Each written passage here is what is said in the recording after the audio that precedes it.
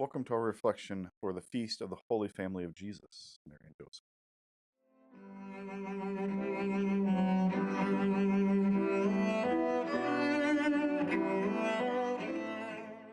Our first reading comes today from either Sirach chapter 3 or 1 Samuel chapter 1, Psalm 128, or I'll reflect briefly on Psalm 84.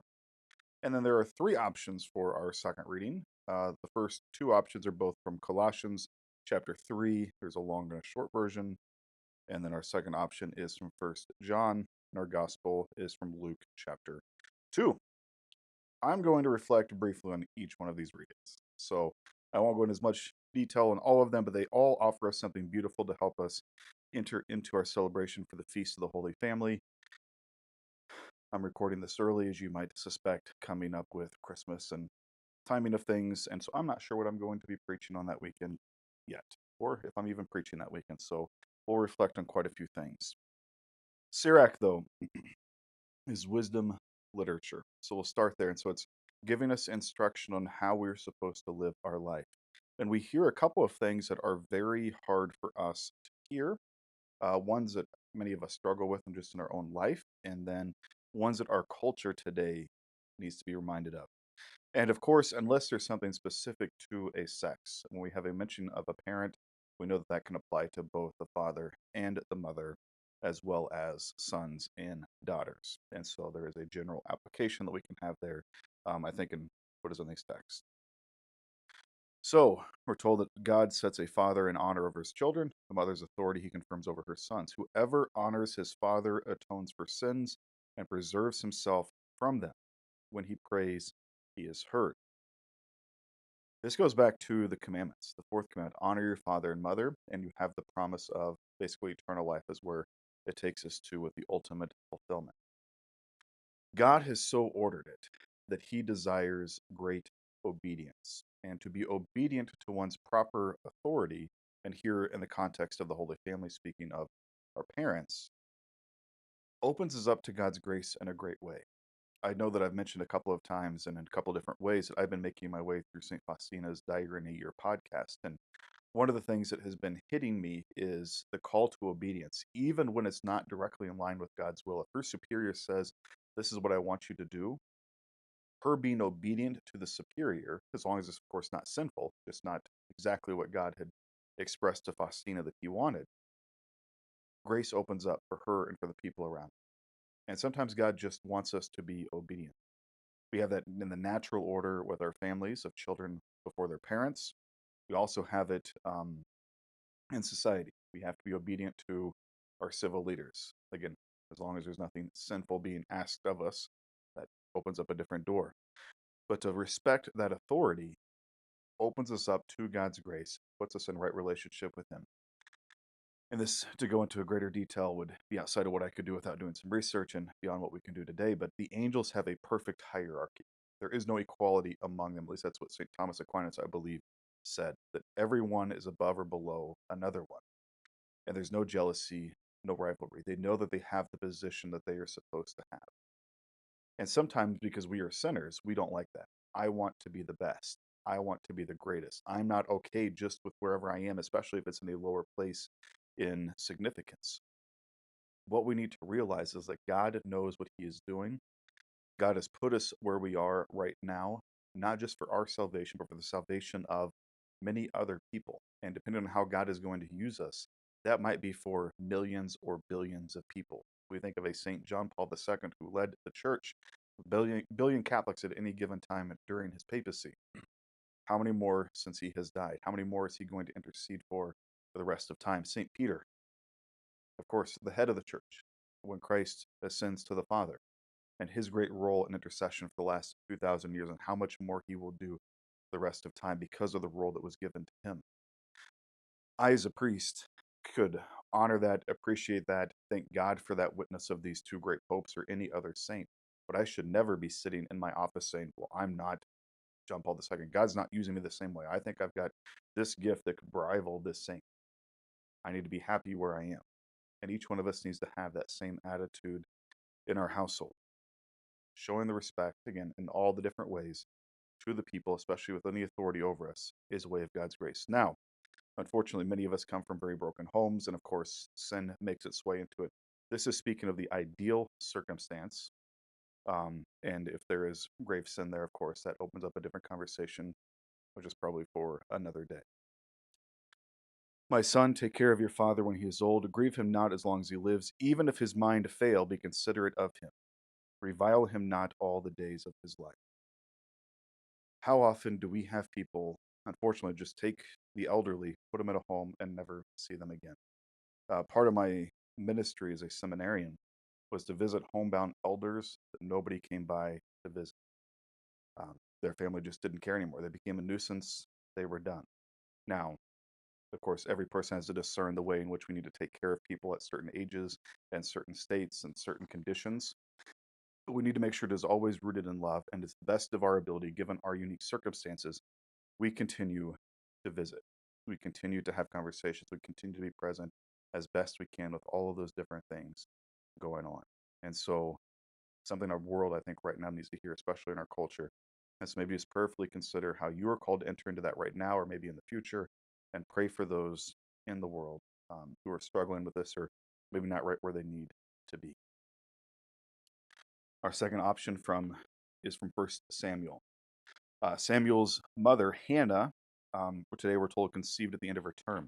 She had been begging the Lord, and we have that even in our reading. She's referencing as she drops off Samuel at the temple. But I prayed for this child. You granted my request. And so she has this great longing. She's a barren mother, wants a child. But she says, as soon as she gives birth to the child, once the child is weaned, I will take him to appear before the Lord, remain there forever. I will offer him as a perpetual Nazarite, which is a very specific way of living out relationship with God, offering your life to him. Samson was a Nazarite. It's a more intense way of being a Jew.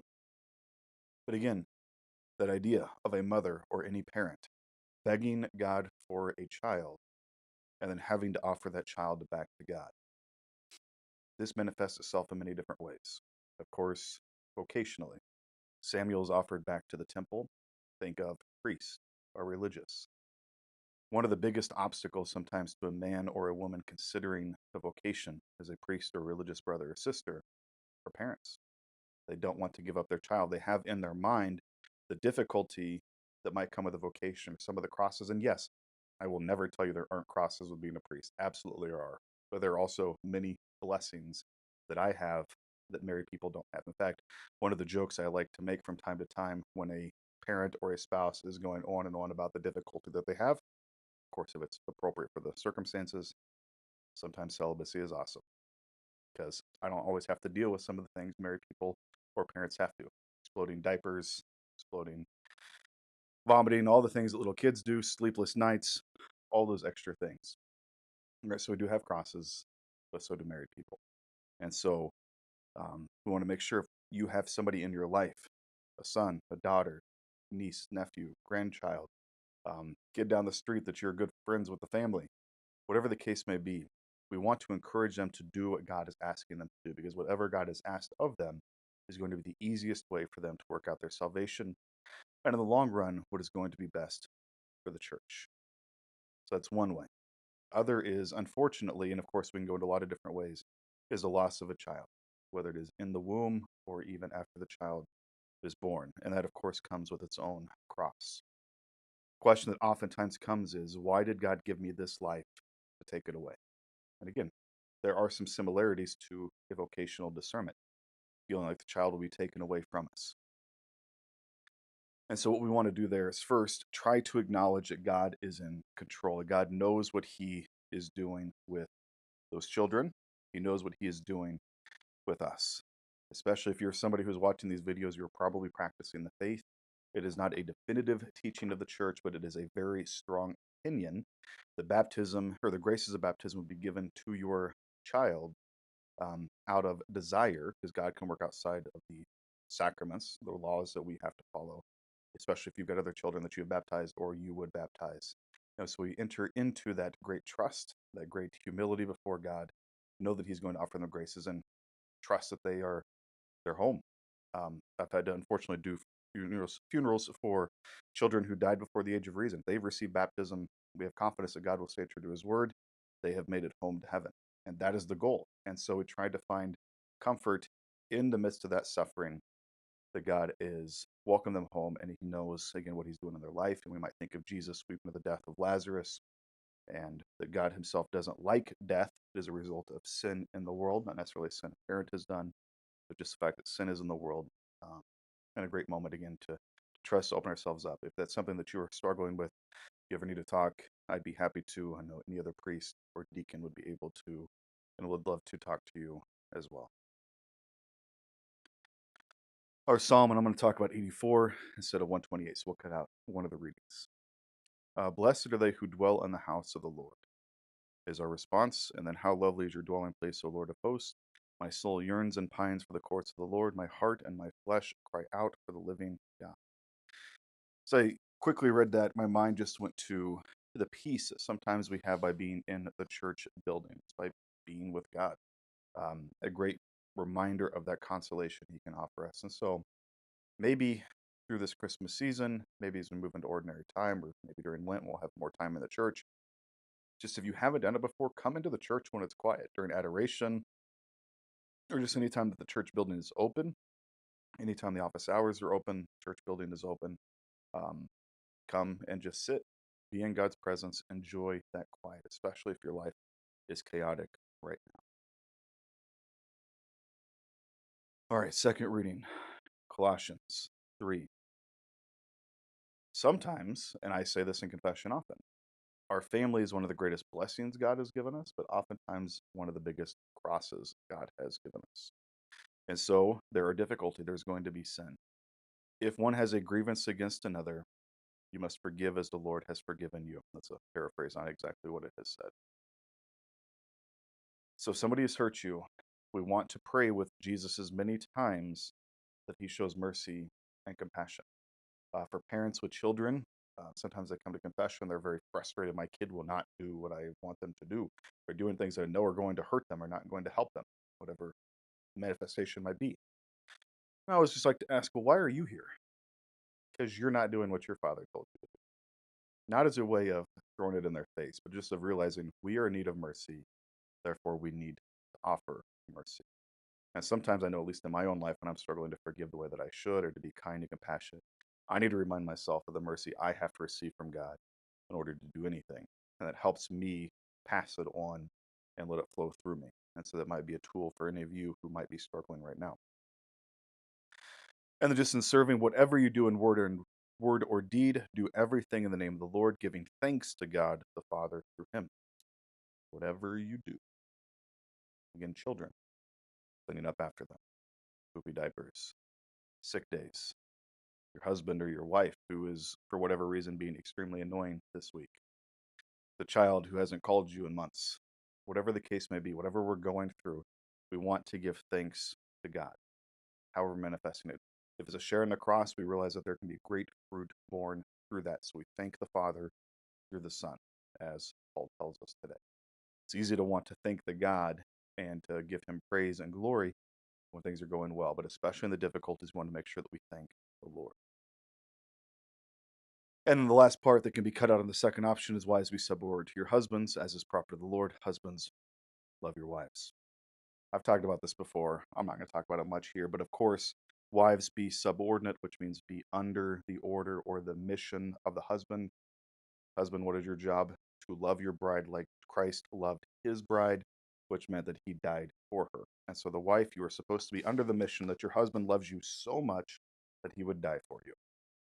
It's not the servile thing that we can oftentimes misunderstand in our world and has been misunderstood, improperly used. To properly understand it means your husband loves you so much he would die for you, and ideally the wife is willing to give that same love to her husband. And so we're trying to pour out ourselves in love to each other. Second option, or third option, depending on how you look at it, for our second reading, 1 John. John, beloved disciple, with Mary and Jesus at the cross. Behold your son, behold your mother. Beloved, see what love the Father has bestowed on us, that we may be called children of God. And so we are. Through baptism, we become adopted sons and daughters of God the Father, adopted brothers and sisters of Jesus Christ, and temples of the Holy Spirit. In Jewish understanding, which flows into our life, adoption does not at all mean inferior. Once you're brought into the family, you're brought into the family. And so while we might call Joseph Jesus's stepfather, it's also just appropriate to call him father. It's not like they would have had a strained relationship. It would have been good, ideal, and perfect because Jesus is, of course, perfect, and Joseph was a good and holy man. Adoption runs in our family. My father was adopted. My aunt was adopted. I've got an uncle and an aunt who have adopted three of their children from two different countries, and then they've got their own and their nice German background. At least he is, like I am. So it's fun to see them go out and about with a full color of family love. It's a beautiful witness, heroic witness of just their openness to life and taking people from very difficult places in other parts of the world that needed support. And having been around them, they don't love their biological child any more than they love their other children. They love them all equally. And so, because of somehow, unfortunately, the crosses of adoption can come into, we can sometimes see a separation there. We're speaking of the ideal. There is no difference between adopted and um, just normal birthright biological born children. Now, it speaks to us of how we've entered into this because of our sinfulness. But God loves us greatly. We, of course, see the great example of our Blessed Mother, who we celebrated many times during December, especially with the Immaculate Conception, Our Lady Guadalupe. A couple of other times we, of course, called her to mind as we were getting ready to celebrate the birth of Christ, and then moved into that celebration. She's a height of it, and the great love that God has for his children. So John enters into that at the cross with those beautiful words: Behold your son, behold your mother. And so John is speaking, I think, from his experience where he received it from the mouth of Christ. And so we want to realize we enter into that too at the moment of our baptism.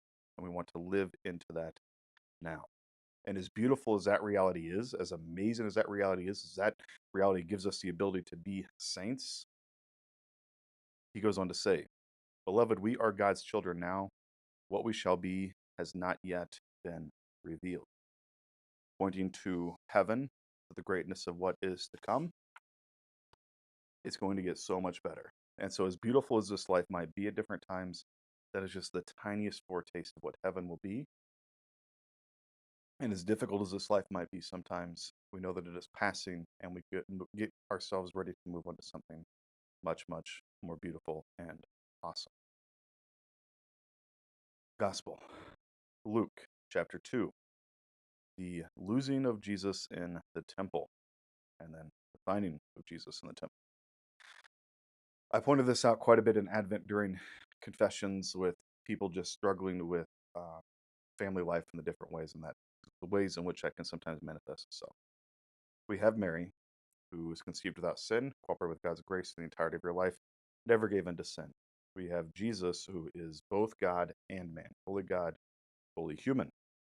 We have Joseph, who tradition holds never gave into grave sin. The holiest family that could be with two perfect people. They still had struggles. They still had trials. They, of course, have to give birth away from home. They have to give birth not even in ideal circumstances, in the barn where the animals are, the place where people don't dwell. Going to that word is a different topic for a different day. All the trials that they have, having to flee while children are being killed, having to run for Jesus's life early on, and now losing their son. Right? Just because we are trying to do God's will, even though we are objectively doing God's will, does not mean there's not still going to be difficulties and trials. So Mary comes to him and says, Jesus, says, Son, why have you done this to us? Your father and I have been looking for you with great anxiety. Sometimes people are worried that anxiety or depression or sadness or some of these emotions be sinful. Mary's without sin. She was anxious. There is no sin. Now, it can become sinful if we intentionally go into it or we don't do anything to try to process it and work through it in healthy ways. But those things by themselves, not sinful. Jesus responding, Why were you looking for me? Do you not know that I must be in my Father's house? Now, if I were to answer that way to my mother, my father was there, I'd be in trouble. I would have said it smart alecky. And because we are sinners, we sometimes hear that smart alecky tone when we hear Jesus speak. We have to realize, again, he is God. There is no sin here. It is purely him saying, Mom, don't you remember what Gabriel said, what Simeon said, some of the things that maybe have happened, the things that you've had in your prayer? Doesn't this kind of make sense? Sometimes we have to be reminded. Mary herself gets a little bit of a reminder there, a little bit of the opening of the door to the cross that she will have to carry while her son carries his, the piercing of her heart that she will share in when his heart is pierced. And so a reminder that just because there are crosses and difficulties in our families, whatever those might be, does not necessarily mean we're screwing up or doing bad. Sometimes they just come to us because that's how life is. If there is sin, of course, we have to address it. We have to try to do better, go to confession, spend good time in prayer, make amends, and get moving back in the right direction. A lot of beautiful things for us to pray on with these readings. Let us allow them to challenge us and be open to God's will in our life, especially as it relates to our families. God bless.